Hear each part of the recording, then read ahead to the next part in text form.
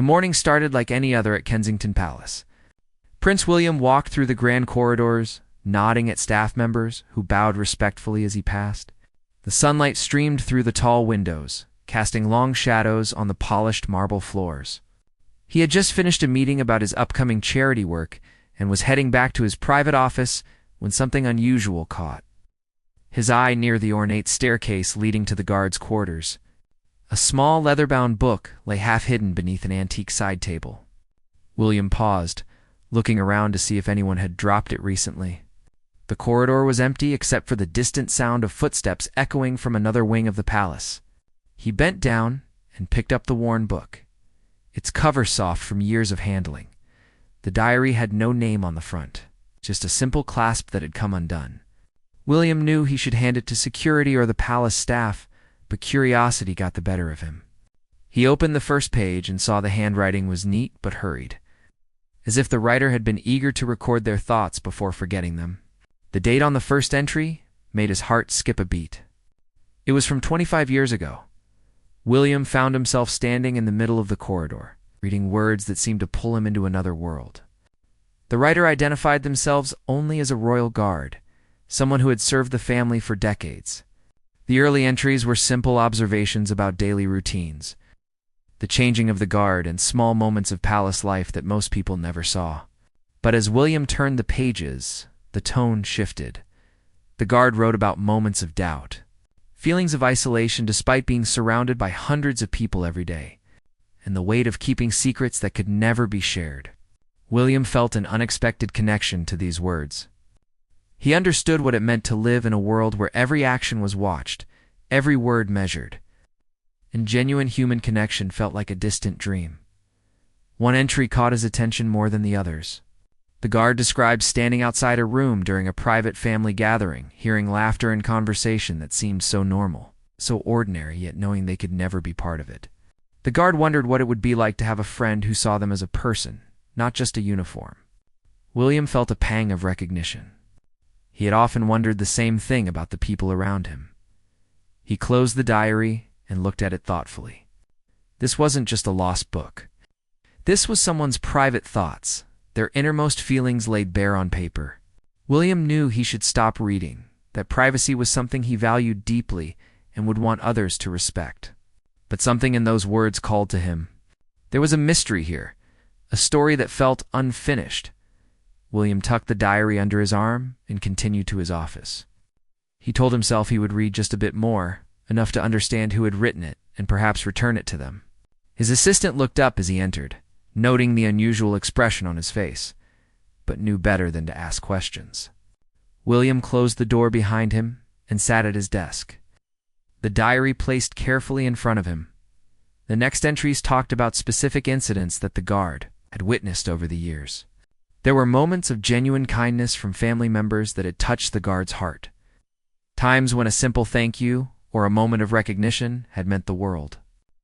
But there were also observations about the loneliness of royal life, the pressure that seemed to age people before their time, and the sacrifices that were made in the name of duty. William found himself nodding as he read. The guard seemed to understand things about his family that few outsiders ever grasped. This wasn't gossip or scandal. These were honest reflections from someone who had spent years watching and protecting. Seeing the human beings beneath the crowns and titles, the guard wrote about his own father with a perceptiveness that made William pause. The observations were kind but honest, noting both strengths and struggles. As the afternoon light began to fade, William realized he had been reading for over an hour. He had meant to glance through a few pages, but the diary had drawn him in completely. The entries became more personal as the years went on. The guard wrote about falling in love with someone they could never be with due to their position, about missing important family events because duty called, about wondering if the sacrifice was worth it. One passage struck William particularly hard. The guard had written about watching him as a young boy, playing in the palace gardens with his brother. The guard described the innocence in their laughter, the way they seemed unaware of the weight that would one day rest on their shoulders. The guard had wondered what kind of men they would become, whether they would find happiness in a life that was chosen for them. Rather than buy them, William set the diary down and stared out the window. The guard had seen him grow up, had been present for moments he'd barely remembered, had witnessed his journey from carefree child to the man he was now. It felt strange to see himself through someone else's eyes, especially someone who had been so close yet so invisible all those years. He picked up the diary again, telling himself this would be the last entry for today. But this one mentioned something that made his blood run cold. The guard wrote about overhearing a conversation that they shouldn't have heard, something that involved security protocols being discussed in a way that seemed wrong. The guard had been troubled by it, but hadn't known who to tell, or whether it was even their place to speak up. The entry was vague, written carefully as if the guard feared the diary might be discovered, but there were enough details to make William uneasy. The conversation had taken place in a part of the palace that was supposed to be secure, between people who should have known better than to discuss such matters where they might be overheard. The guard had debated reporting it, but worried about causing trouble or being dismissed as paranoid. William leaned back in his chair, his mind racing. This was more than just a personal journal. This was potentially important information about palace security from years ago. But without knowing who wrote it, or whether the situation had ever been resolved, he couldn't be sure what to do with this knowledge. He needed to find out who this guard was and whether they were still alive. He examined the diary more carefully, looking for any clues about the writer's identity. The handwriting suggested someone educated, someone who had spent time thinking about the world around them. There were occasional references to places in London, favorite spots where the guard would go on days off to feel like a normal person. William made mental notes of these details. As evening approached, William knew he needed to be careful about how he proceeded. He couldn't just start asking questions about former guards without raising suspicions. The palace staff would wonder why he was suddenly interested in personnel records from decades ago. But he also couldn't simply hand the diary over to security without knowing more. Something told him this was important, that there was a reason he had found this particular book at this particular time. He decided to take the diary home with him that night. He would read more, try to piece together the identity of the writer, figure out what to do about the security concerns that had been raised. As he placed the diary carefully in his briefcase, William felt a strange sense of responsibility. Someone had trusted their deepest thoughts to these pages. Now those thoughts were in his hands. The drive home was quiet, but William's mind was anything but. He thought about all the people who worked at the palace, who dedicated their lives to serving the crown, who gave up so much for a job that most people never truly appreciated. He thought about the guard who had written these words, someone who had been right there beside his family for years but had felt completely alone. That night, after his family had gone to bed, William sat in his study with the diary open before him. He turned to a page marked with a small crease, as if the writer had returned to it many times. The entry was different from the others, more emotional, more raw. The guard wrote about a specific day, a day that William vaguely remembered. When something had gone wrong during a public event, the guard described the fear they had felt, the split-second decisions that had to be made, and the relief when everyone was safe. But what struck William most was what came next. The guard wrote about walking away from that incident, going back to their post, and realizing that no one would ever know how close things had come to disaster. No one would ask if they were okay if the fear still lingered. If they needed someone to talk to about what had happened, William closed the diary and rubbed his eyes. He understood that feeling, that sense of carrying burdens alone because your position didn't allow for weakness or vulnerability. He had felt it countless times himself, smiling for cameras while his heart ached, attending events when all he wanted was to hide away from the world, making decisions that affected millions while feeling completely inadequate for the task. The connection he felt to this unknown guard deepened. They were separated by position and circumstance, but they shared something fundamental. They both knew what it meant to live a life of service, to put duty before personal desire, to wonder if anyone really saw them as more than the role they played. William made a decision in that moment.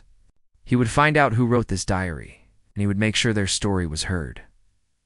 William spent the next morning making discreet inquiries. He started with the palace's head of security, a man named Thomas Hartwell, who had been with the family for 15 years. They met in Thomas's office, a small room filled with monitors and filing cabinets containing decades of personnel records. William explained that he was researching the history of the Royal Guard for a potential project. Keeping his true purpose hidden, Thomas seemed pleased to help, pulling out old files and explaining the structure of the Guard over the years. William learned that guards typically served for 20 to 30 years before retiring, and that records were kept of everyone who had worked in any capacity at the palace. But the records were vast and without more specific information.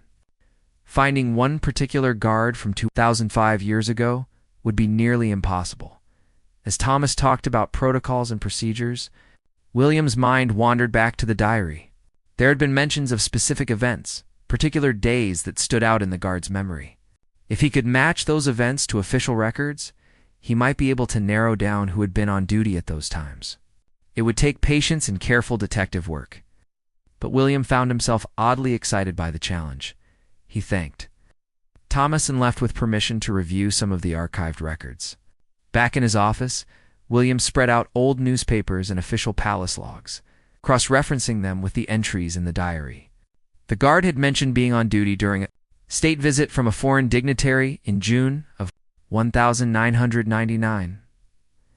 William found the official records of that visit and noted which guards had been assigned to which positions. The list contained over 50 names. William felt a flicker of frustration but pushed on. The diary held more clues. The guard had written about having a daughter who was starting university around the same time, which meant they were likely in their 40s or 50s during the period when most entries were written. This detail helped eliminate some names from the list.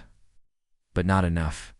William spent hours poring over the records, making notes, creating timelines. His assistant knocked several times to remind him of meetings and appointments, but he waved them off, too absorbed in his search to care about his schedule. There was something compelling about this mystery, something that felt more important than the usual ceremonial duties that filled his days. By late afternoon, William had narrowed the list down to 15 possible candidates. He sat back and rubbed his tired eyes, then returned to the diary. He had been so focused on the factual details that he had overlooked the emotional content. Perhaps the answer lay not in the dates and events, but in the person behind the words. He began reading entries more carefully, looking for personality traits, interests, anything that might distinguish this guard from the others. The guard mentioned loving classical music, particularly Beethoven. They wrote about listening to symphonies on their days off, finding peace in the complex melodies. They also mentioned visiting a specific cafe in Kensington, a place called the Blue Door, where they felt like just another customer rather than someone defined by their uniform. William made a note of these details, wondering if the Blue Door still existed. Another entry revealed that the guard had served in the military before joining the Royal Protection Team. This was common for guards, but the diary mentioned specific details about serving in Northern Ireland during the Troubles. The guard wrote about the trauma of that experience, the things they had seen that still haunted their dreams, and how the structure and honor of serving the royal family had given them a sense of purpose after leaving the military. William felt a deep respect for this person growing within him. Whoever they were, they had dedicated their life to service in multiple forms, carrying burdens that most people couldn't imagine. The diary entries about Northern Ireland were brief but powerful, revealing a person who had faced violence and chose to channel their experience into protecting others. He cross-referenced the military service detail with his list of candidates and managed to eliminate 5 more names. 10 possibilities remained. William decided he needed to take a different approach. The next day, he visited the palace archives, a vast collection of photographs and documents, stored in a climate-controlled basement beneath the main building. The archivist, an elderly woman named Mrs. Peterson, greeted him warmly. She had worked in the archives for 40 years and knew the location of every photograph ever taken of the royal family. William explained that he was looking for photographs from specific dates in 1999 and 2000, particularly those that showed security personnel in the background. Mrs. Peterson's eyes lit up. She loved these kinds of challenges. Together, they pulled boxes of photographs from the shelves, spreading them across large tables under bright lights. William felt like an archaeologist, sifting through frozen moments of time, looking for faces that matched the soul he had come to know through the diary entries. In one photograph from the state visit the guard had mentioned, William spotted a man standing at attention near a doorway. The man's face was partially visible, showing a strong jaw and alert eyes. Something about his posture, the way he held himself, matched the discipline and awareness that came through in the diary entries. William asked Mrs. Peterson. She could identify the guard. She pulled out a corresponding log sheet that listed all personnel visible in official photographs. Her finger traced down the page until she found the notation. Guard standing at East Entrance, Position 3, Officer Robert Thornton. William felt his heart race. He had a name, Robert Thornton. He repeated it silently, connecting the name to the words he had read. Mrs. Peterson noticed his interest, offered to pull Robert Thornton's personnel file. William tried to appear casual, but his hands trembled slightly as she handed him the folder. Inside was a black and white photograph of a man in his mid-40s. Military background confirmed, served with distinction in Northern Ireland. Joined the Royal Guard in 1995, exemplary service record. Retired in 2005, the file showed an address from the time of his retirement, but it was 10 years old. William made a note of it anyway, along with the name of Thornton's commanding officer. A man who might still be alive and able to provide information.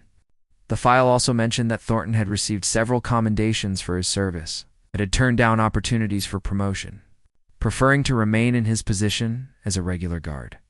This detail resonated with William. The diary had expressed satisfaction in the simplicity of the work, the directness of standing guard and protecting others without the complications of management and politics. Thornton had been content with his role, finding meaning in the daily act of service rather than seeking advancement or recognition. William thanked Mrs. Peterson and left the archives with Thornton's file tucked under his arm. Back in his office, he sat quietly, staring at the photograph of the man who had written the words that had so moved him. Robert Thornton looked strong and serious in the official photo, but William could see something else in his eyes now that he knew the person behind them. There was depth there, wisdom earned through difficult experiences. He returned to the diary with new eyes, reading entries as if hearing Thornton's voice speak them directly. The words took on new meaning now that they belonged to a real person with a face and a history. William read about the day Thornton's daughter had called to say she was getting married, and how he had cried alone in his small apartment. Happy for her, but sad that he had missed so much of her life because of his work schedule. He read about Thornton's divorce, years before joining the Royal Guard, and how the failure of that relationship had shaped his view of himself. Thornton wrote about feeling like he was better at protecting others than at maintaining his own personal connections, as if his value lay only in what he could do for people, not in who he was as a person. William understood this feeling too. His own relationships had been complicated by his position, by the constant scrutiny and the weight of expectations. He had sometimes wondered if people loved him for who he was or for what he represented. The diary showed him that these doubts weren't unique to royalty. They belonged to anyone who lived a life defined more by duty than by personal choice. As evening approached, he needed to find Robert Thornton and return the diary to him. But more than that, he wanted to meet the man who had written these honest, painful, beautiful reflections. He wanted to thank him for his service, but also to let him know that his words had been heard, that his feelings mattered, that he was more than just another face in a uniform. William asked his personal secretary to help locate Thornton's current address. The secretary, an efficient woman named Margaret, didn't ask questions. She simply nodded and set about making the necessary inquiries. By the next morning, she had found him. Robert Thornton was living in a small town called Henley-on-Thames, about an hour outside London. He was 70 years old now, living alone in a modest house near the river. Margaret provided a phone number, but William decided against calling ahead. He wanted to meet Thornton in person to return the diary face to face. There was something important about the direct human connection, about not hiding behind phones or intermediaries. He cleared his schedule for the following day, telling his staff only that he had a personal matter to attend to. That night, William read the final entries in the diary. They were dated from just before Thornton's retirement. The tone was reflective, almost melancholy. Thornton wrote about preparing to leave a life that had defined him for decades, wondering who he would be without the structure and purpose that the Royal Guard had provided. He wrote about feeling grateful for the opportunity to serve, but also feeling invisible, as if he would walk away and no one would notice he was gone. The last entry was different from all the others. It was a letter addressed to no one in particular, or perhaps to everyone.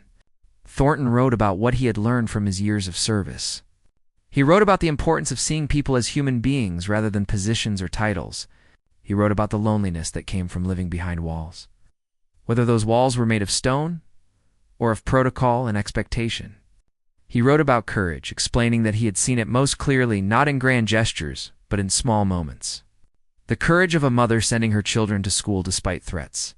The courage of people who smiled and waved at crowds even when their hearts were breaking.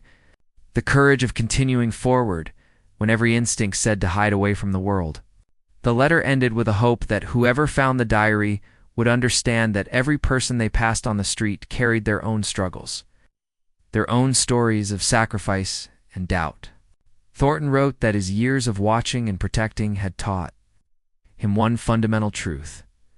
We are all more alike than we are different, all trying to find meaning and connection in a world that often feels cold and indifferent.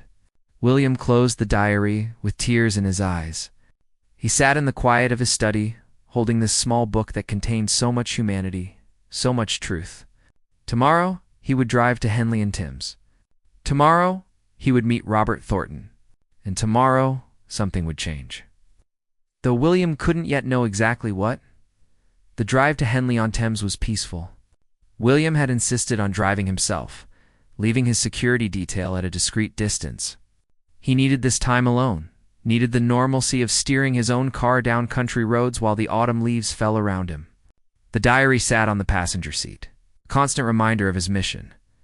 Henley was a picturesque town, the kind of place where time seemed to move more slowly. The Thames wound its way through the center, and old buildings lined streets that had existed for centuries. William found Thornton's address easily. A small cottage set back from the main road, with a neat garden and a blue-painted door that matched the cafe Thornton had written about loving all those years ago. William parked and sat for a moment, gathering his thoughts. What would he say to this man? How do you explain that you've read someone's most private thoughts, that you've seen into their soul without permission? He picked up the diary and stepped out of the car. Walking slowly up the path to the front door, before he could knock, the door opened. Robert Thornton stood there, older than in his photograph, but still possessing the same alert posture, the same intelligent eyes. He was wearing a cardigan and slippers, holding a cup of tea, looking every bit like a retired gentleman enjoying a quiet morning. Then recognition dawned on his face, and the teacup nearly slipped from his hand. William saw the flash of panic, the instant reversion to protocol as Thornton straightened and began to bow. But William raised his hand gently, stopping him. They stood facing each other for a long moment, the prince and the former guard, both uncertain how to navigate this unexpected meeting. Thornton found his voice first, though it shook slightly. He asked if everything was all right, if there was some security concern. His mind clearly racing through possibilities for why a member of the royal family would appear at his door without warning. William smiled and held up the diary, watching as Thornton's face went pale. The recognition was immediate and devastating. Thornton's hand went to his chest, and for a moment William worried he might collapse. He stepped forward quickly, asking if they could go inside. Thornton nodded wordlessly and led him into a small, tidy living room filled with books and photographs. The walls showed pictures of a young woman at various ages, whom William assumed was Thornton's daughter. They sat, the silence heavy between them. Thornton stared at the diary in William's hands as if it were something dangerous. William knew he needed to speak first, to explain, to somehow make this situation less uncomfortable. He began carefully, telling Thornton how he had found the diary, how he had known he should simply turn it in, but had started reading and couldn't stop. Thornton closed his eyes, mortification written across his features. William continued quickly, explaining that the diary wasn't scandalous or inappropriate. It was honest and moving, that it had affected him deeply. He said he had tracked Thornton down not to reprimand or embarrass him, but to return his property and to thank him. Thornton opened his eyes, confusion replacing the fear. He asked what William could possibly want to thank him for. William leaned forward, his voice earnest, and explained that the diary had shown him something important. It had reminded him that the people who served his family were individuals with their own struggles, their own inner lives, their own need to be seen and heard.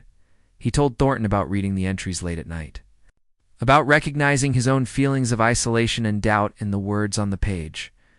He explained that in all his years of being protected by guards, being surrounded by staff, being served by countless individuals, he had never really thought about what their lives were like. The diary had opened his eyes. Thornton sat very still, processing this information. His hands trembled slightly as he reached out to take the diary from William. He held it carefully, as one might hold something precious and fragile. Then, to William's surprise, tears began rolling down the old man's cheeks. He didn't make a sound, but the tears fell steadily. Dripping onto the worn leather cover, William waited, giving Thornton time. Finally, the former guard spoke. His voice was rough with emotion as he explained that he had thought the diary was lost forever. He had kept it hidden in his locker at the palace, taking it out occasionally to write during quiet moments. One day it had simply disappeared, and he had assumed it had been thrown away by accident during a cleaning. The loss had devastated him, Thornton admitted. Those pages contained his truest self, the thoughts he could never speak aloud, the feelings he could never show. Without the diary, he had felt even more isolated, as if the one place where he could be honest had been taken from him. He had retired not long after. Feeling hollow and disconnected from everything, William listened to this confession with a growing sense of purpose. He asked Thornton about the security concern mentioned in the diary, the conversation that had troubled him so many years ago. Thornton's face grew serious. He explained that he had overheard 2 staff members discussing access codes in a public area. Being careless with information that should have been kept private, he had debated reporting it, Thornton said, but had worried about causing trouble or seeming paranoid. In the end, he had mentioned it quietly to his supervisor, who had supposedly looked into the matter. But Thornton had never known if anything came of his report, if the security protocols were changed, if the concern was even taken seriously. It had haunted him. The thought that his silence or his speaking up might have mattered in some way, he would never know. William assured him that security protocols were constantly being reviewed and updated, that the palace took such concerns seriously, but he also acknowledged that Thornton's worry was valid. The people in his position often saw things, but felt powerless to address them. William promised to have the current security team do a comprehensive review, crediting Thornton's observation as the catalyst. The conversation continued for over an hour. William asked about Thornton's life after retirement, learning that the transition had been difficult. Thornton had felt lost without the structure and purpose that his work had provided. He had struggled with depression, feeling like he had disappeared from a world where he had once mattered, even if only in a small way. His daughter had helped him through it, Thornton said with a slight smile. She had insisted he move closer to where she lived with her own family, had involved him in his grandchildren's lives, had reminded him that his value didn't come from his uniform, but from who he was as a person. Slowly, he had found a new rhythm, volunteering at a local community center, joining a classical music appreciation group, learning to define himself by his interests rather than his occupation. William shared some of his own struggles, speaking with an honesty that surprised them both. He talked about the pressure of his position, the constant awareness that every action would be scrutinized, the difficulty of forming genuine relationships when people always saw the title before the person. He explained that reading Thornton's diary had made him feel less alone, had shown him that these feelings weren't weaknesses, but human responses to unusual circumstances. Thornton listened with the same focused attention he had once given to protecting the royal family. But this time his attention was personal, one human being truly hearing another. When William finished speaking, Thornton said something that would stay with the prince forever. He said that the most important thing he had learned from his years of service was that everyone, from the highest to the lowest, was just trying to get through their days with some measure of dignity and connection. The diary had been his way of maintaining his own dignity, Thornton explained. In a role where he was expected to be invisible, where his thoughts and feelings were irrelevant to his function, Writing in the diary had been an act of asserting his own humanity. Every entry had been a way of saying he existed, that his inner life mattered even if no one else knew about it. William understood completely. He asked if he could do something for Thornton, some way of acknowledging his service beyond the formal recognition he had received upon retirement. Thornton thought for a moment, then made a request that was both simple and profound. He asked if William would use his position to make the people who served the royal family feel more seen, more valued as individuals rather than just as functions. It wasn't about grand gestures, Thornton explained. It was about the small moments, learning names, asking about families, acknowledging that the person in the uniform was a whole human being with hopes and fears and dreams. These tiny recognitions could mean everything to someone who spent their days being invisible.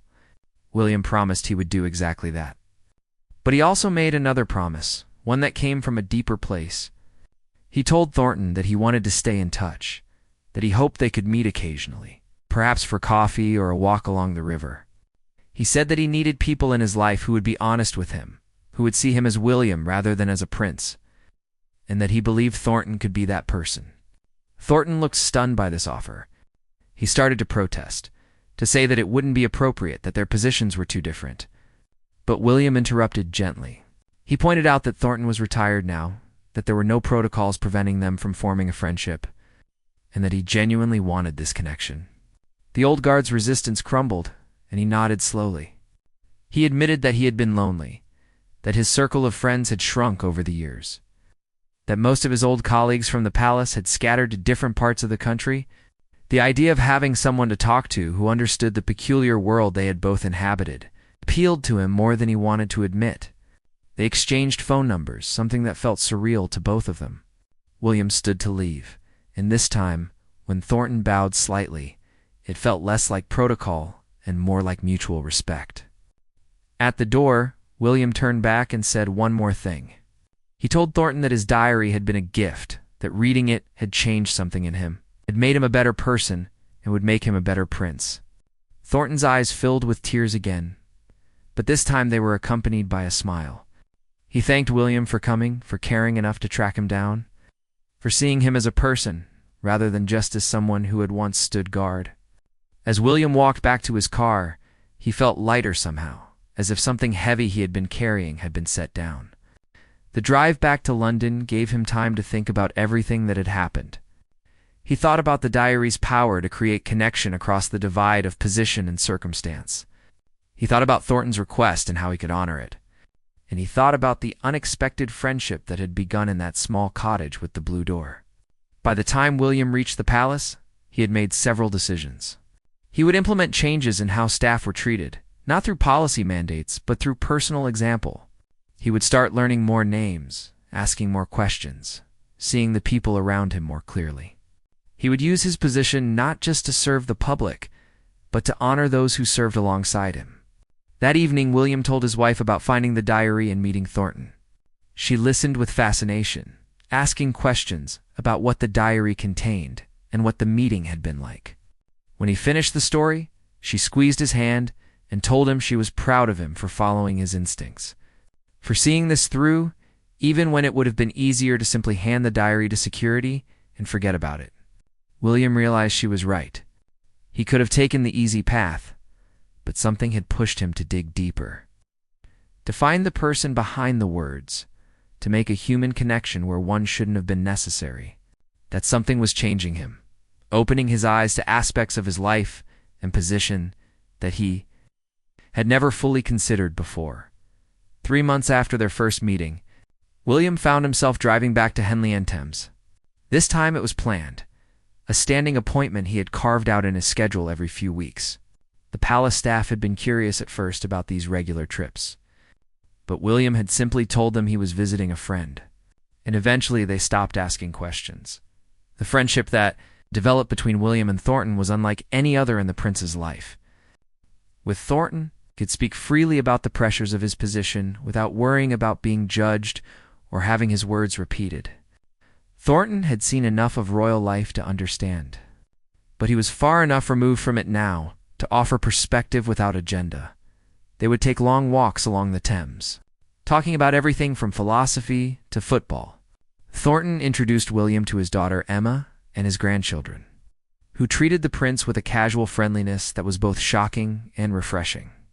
The children called him Will and argued with him about which superhero was the best. Completely unconcerned with his title or status, these visits became a sanctuary for William, a place where he could temporarily set down the weight of being a future king and simply be a person. He found himself laughing more during these afternoons than he did in weeks at the palace. Thornton had a dry sense of humor and a way of deflating pretension that William found delightful, but the relationship wasn't one-sided. William noticed that Thornton seemed more alive during these visits, more engaged with the world. The old guard told him once that having these conversations gave him a sense of purpose again, that feeling useful and heard mattered more than he had realized. They were helping each other, filling needs that neither had fully acknowledged before. The changes William had promised to make at the palace were slowly taking shape. He had started a program where he personally met with staff members in small groups, listening to their concerns and suggestions. The initial meetings had been awkward, with employees too nervous to speak freely. But over time, people began to open up. William heard stories that reminded him of Thornton's diary. A housekeeper talked about missing her son's school play because of her work schedule.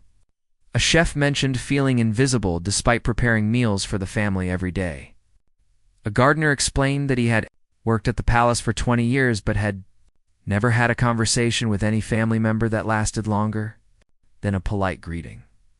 These conversations were uncomfortable for William. They forced him to confront how insulated his life had been, how many people had sacrificed for his comfort without him ever truly acknowledging it. But he didn't shy away from the discomfort. Instead, he used it as motivation to do better, to be more aware.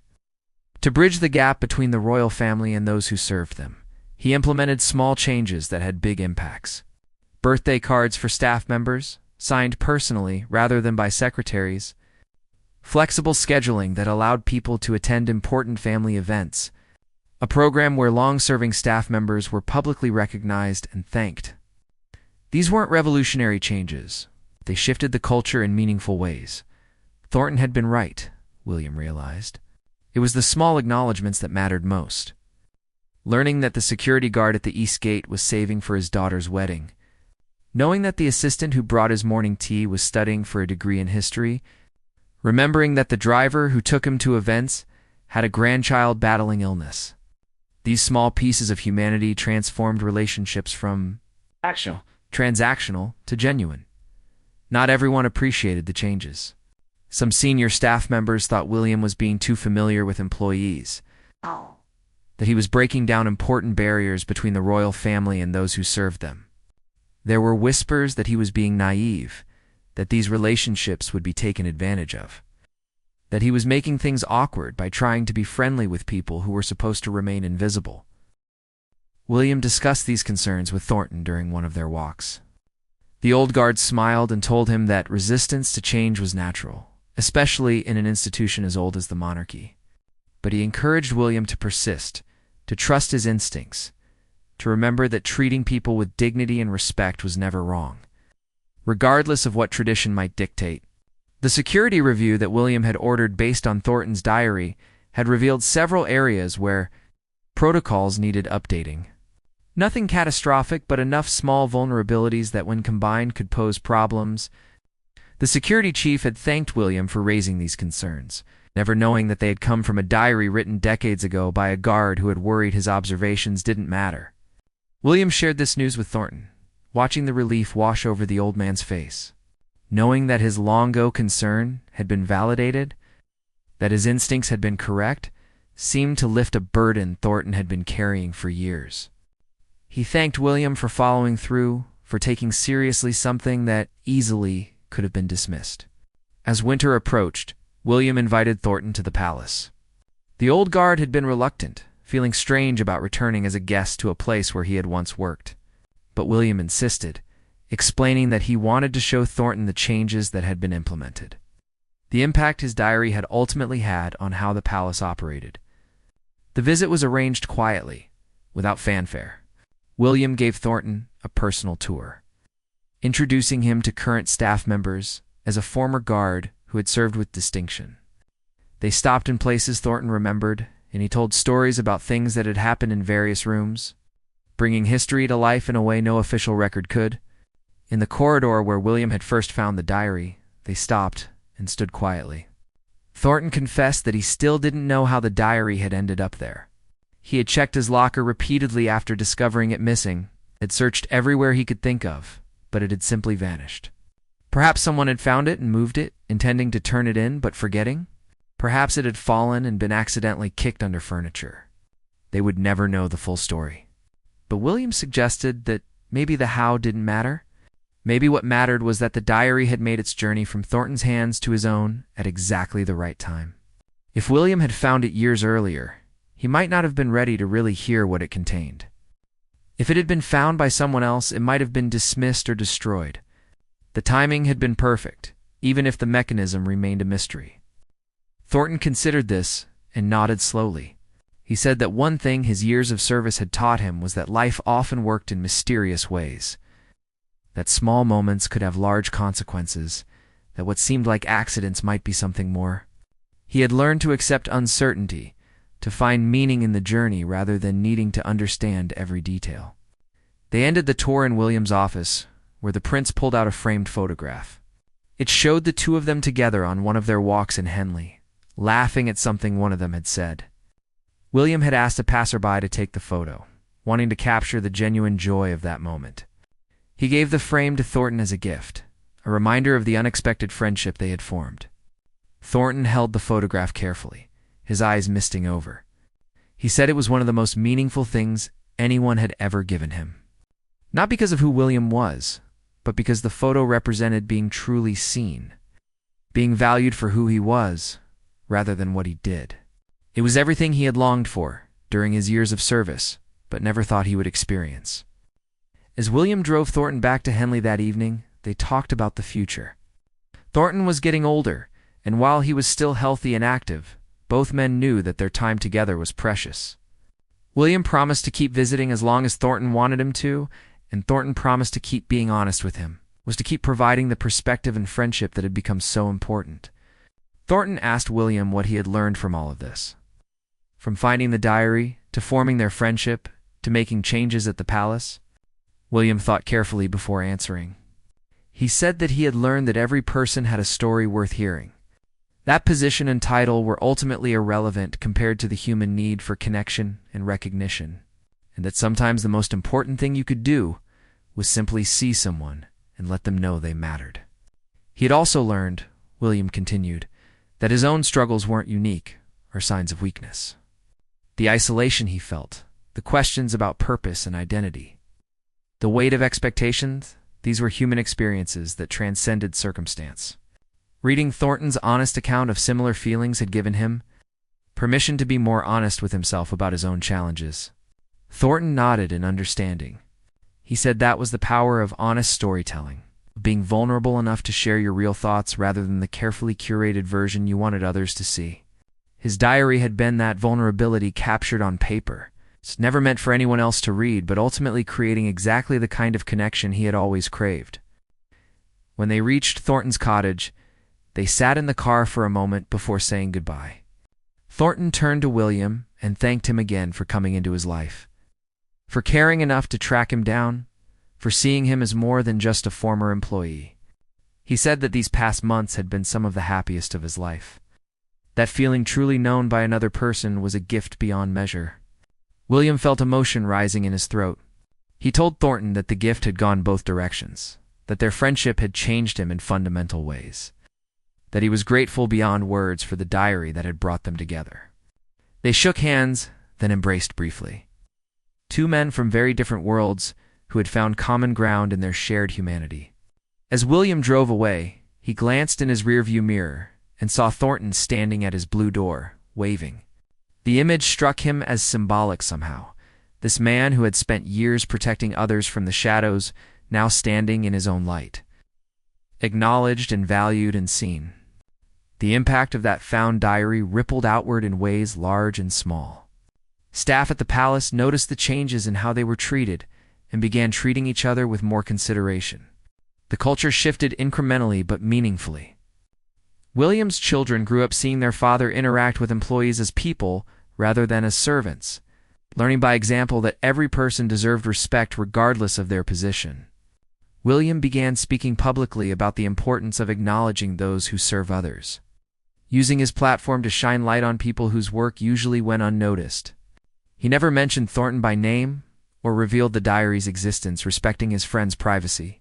But the principles he advocated came directly from what he had learned through those handwritten pages. Years passed, and the friendship between William and Thornton deepened. They celebrated holidays together, with Thornton becoming an honorary member of William's extended family. The old guard finally seemed to find peace with his past, accepting that his years of service had mattered even if he hadn't been recognized at the time. Thornton's daughter Emma told William once that he had given her father something precious. Sensed that his life had meaning beyond duty, that he was valued for who he was rather than what he had done. She thanked William for seeing her father when so many others had looked right through him. When Thornton eventually passed away at the age of 78, William was at his bedside along with Emma and the grandchildren. The old guard died peacefully, surrounded by people who loved him, knowing he had been seen and valued and that his story had made a difference. His funeral was small but attended by both former colleagues and the royal family, a rare mixing of worlds that would have seemed impossible before the diary. William kept Thornton's diary in a secure place in his private office. He had asked Thornton's permission to keep it, and the old guard had agreed, saying it should stay with the person who truly understood what it meant. Occasionally, when William felt overwhelmed by the pressures of his position, he would take out the diary and read a few entries, letting Thornton's words remind him of what truly mattered. The story of how a prince and a guard became friends through a lost diary became legend within the palace, though few knew the full details. It stood as a reminder that connection could happen across any divide if people were willing to see each other's humanity. Staff members told the story to new employees as a way of explaining the culture William had worked to create, where everyone mattered and everyone deserved to be seen. William eventually did write about his friendship with Thornton, publishing an essay about what he had learned from a former guard who had taught him more about leadership and humanity than any formal education could have provided. He dedicated the piece to all those who served others quietly, whose names would never be famous, but whose work held society together. The essay included excerpts from the diary, published with Emma's permission. Readers around the world connected with Thornton's honest reflections on duty, sacrifice, loneliness, and the search for meaning. Many people wrote to say that the words had helped them feel less alone in their own struggles, creating exactly the kind of connection Thornton had always hoped for, but never thought possible. In the end, the diary that had been lost and then found created ripples that spread far beyond two men walking along a river. It reminded people that every human being had an inner life worthy of respect. That position and status were ultimately superficial compared to the fundamental need to be known and valued, and that sometimes the most important discoveries were the ones that helped us see the humanity in others and in ourselves. William carried the lessons from that diary with him for the rest of his life.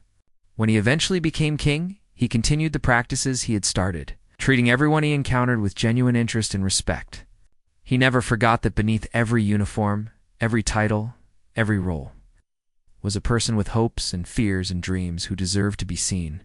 And in a small cottage in Henley-on-Thames, with a blue door that reminded visitors of a cafe where a guard once found peace, a plaque was placed by Emma in her father's memory.